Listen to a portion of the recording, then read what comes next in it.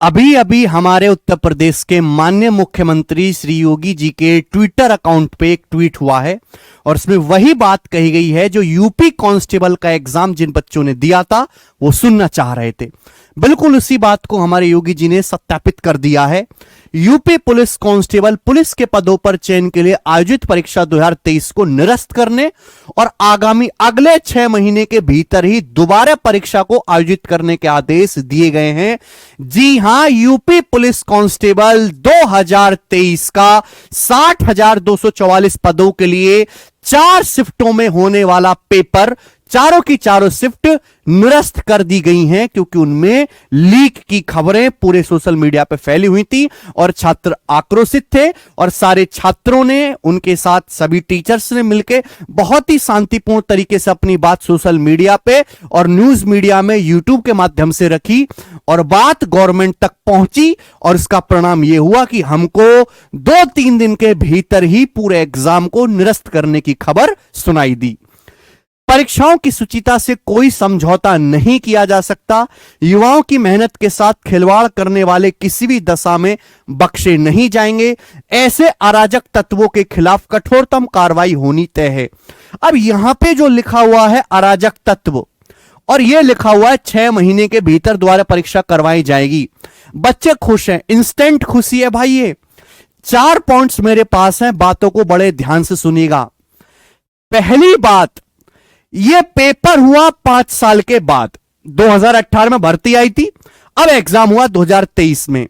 जब ऐसी बड़ी बड़ी भर्तियां पटवारी की, टीचर की, पुलिस की, कांस्टेबल दरोगा की, इनको पंचवर्ष से भर्ती बनाया जाएगा और एक बार में बड़ी संख्या में भर्ती निकलेंगी तो बहुत सारे बच्चे जो कई वर्ष से बैठे हैं वो इस ताक में हमेशा बैठे रहेंगे कि वह भर्ती निकले और मैं अपना दूसरा जुगाड़ बैठाऊं।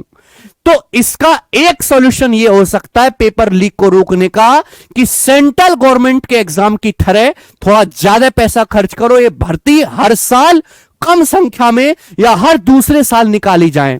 ये 60,244 एक साथ ना निकल के 12,000, 13,000, 14,000, 15,000 करके अगर हर साल निकाली जाती तो ना तो ये 50 लाख फॉर्म भरे जाते, मुश्किल से ये आंकड़ा फिर 10-12 लाख होता और उनका पेपर ज्यादा स्ट्रिक्ट तरीके से और बिल्कुल बिना भेदभाव के, बिना किसी लीकेज के पॉसिबली कराया भी जा सकता था।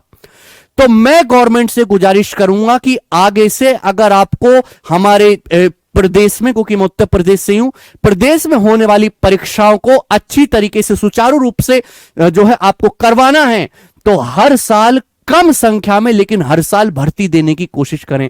इससे बच्चा रिदम में भी रहेगा, लगातार पढ़ाई भी करता रहेगा और लीकेज के चांसेस भी कम होंगे।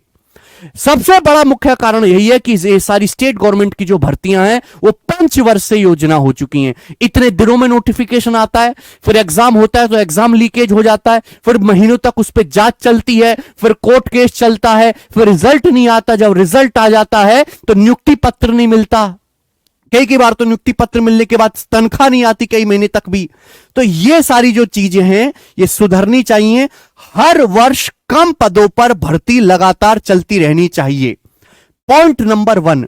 दूसरा पॉइंट कि जिन ये जो अराजक तत्व हैं जिन्होंने इस पेपर लीक को करवाया, पहली बात ये जो एग्जाम है, जो सेकंड शिफ्ट का एग्जाम था 18 फरवरी का, ये बहुत पहले ही आ चुका था। 24 घंटे पहले ही सोशल मीडिया पे, टेलीग्राम पे जो है सर्कुलेट होना शुरू हो गया था।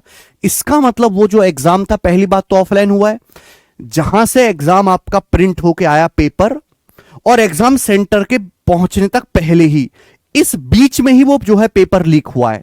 प्रिंट होने से लेके और एग्जाम सेंटर तक पहुंचने के पहले ही बीच में कहीं वो लीक हुआ है। एग्जाम सेंटर के बाद वो कहीं लीक नहीं हुआ। तो जितने भी हमारे प्रशासन में लोग हैं, सबसे पहले यही जांच वो करें कि भाई साहब ये जो पेपर है एक्चुअली में लीक कहां से हुआ, इसका पहला प्राइमरी सोर्स क्या है। बाद में वो पेपर सॉल्यूशन, पेपर पे जो लिखा हुआ है सॉल्यूशन, उसके आंसर लिखे हुए हैं बिल्कुल हिंदी में, साफ साफ हैंड राइटिंग में है, क्वेश्चन ब्लू कलर से और वो रेड कलर से।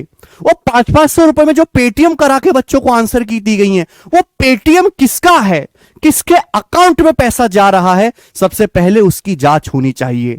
और तीसरी बात मैं ये कहना चाहता हूं मेरे भाई कि 60,244 पदों के लिए फॉर्म भरे गए थे 50 लाख। यानी कि लगभग लगभग एक सीट पे 80 82 बच्चे फाइट कर रहे थे। इन 50 लाख बालकों में से सीधे सीधे 1 लाख बच्चे ऐसे हैं जिनका पढ़ाई लिखाई से कोई लेना देना नहीं है, जो किसी टीचर के पास नहीं पढ़ रहे, कभी यूट्यूब क्लास नहीं खोल के देख रहे, कभी उन्होंने कॉपी पेन किताब ढंग से उठा के खोली नहीं, देखी नहीं। उनका सीधा सा मकसद यही था कि जैसे भर्ती आए वैसे कोई दूसरा जुगाड़ बिठाया जाए, या तो थोड़ी सी जमीन बेच के या कहीं से लोन वगैरह लेके पैसे दिए जाएं और पेपर हाथ में सीधा लिया जाए। और मैं कम से कम आंकड़ा बता रहा हूं, हर 50 में से एक बच्चा है ऐसी मानसिकता वाला, तभी तो 50 लाख में से 1 लाख बच्चे ऐसे निकलेंगे। और अगर मैं सक्सेस रेट भी 10% मानूं तो 1 लाख बच्चों में से 10,000 बच्चे हैं ऐसे जो इस बात को करवा पाने में कामयाब रहे, सक्सेस रहे। और 10,000 बच्चे काफी हैं, ये 10,000 अराजक तत्व काफी हैं किसी भी एग्जाम को लीक करने के लिए। जब तालाब गंदा हो जाता है ना तो पूरे मोहल्ले को लगाना पड़ता है उसकी सफाई करने के लिए, और तालाब गंदा करने के लिए ना एक सड़ी मछली काफी है। यहां तो फिर भी 10,000 बच्चों की बात कर रहा हूं मैं। तो इन 6 महीने के अंदर ये 10,000 बच्चे जब तक पकड़े नहीं जाएंगे, जिनकी मानसिकता ही ऐसी है कि हमें पेपर दूसरे हाथ से, है ना, सेकंड रास्ते से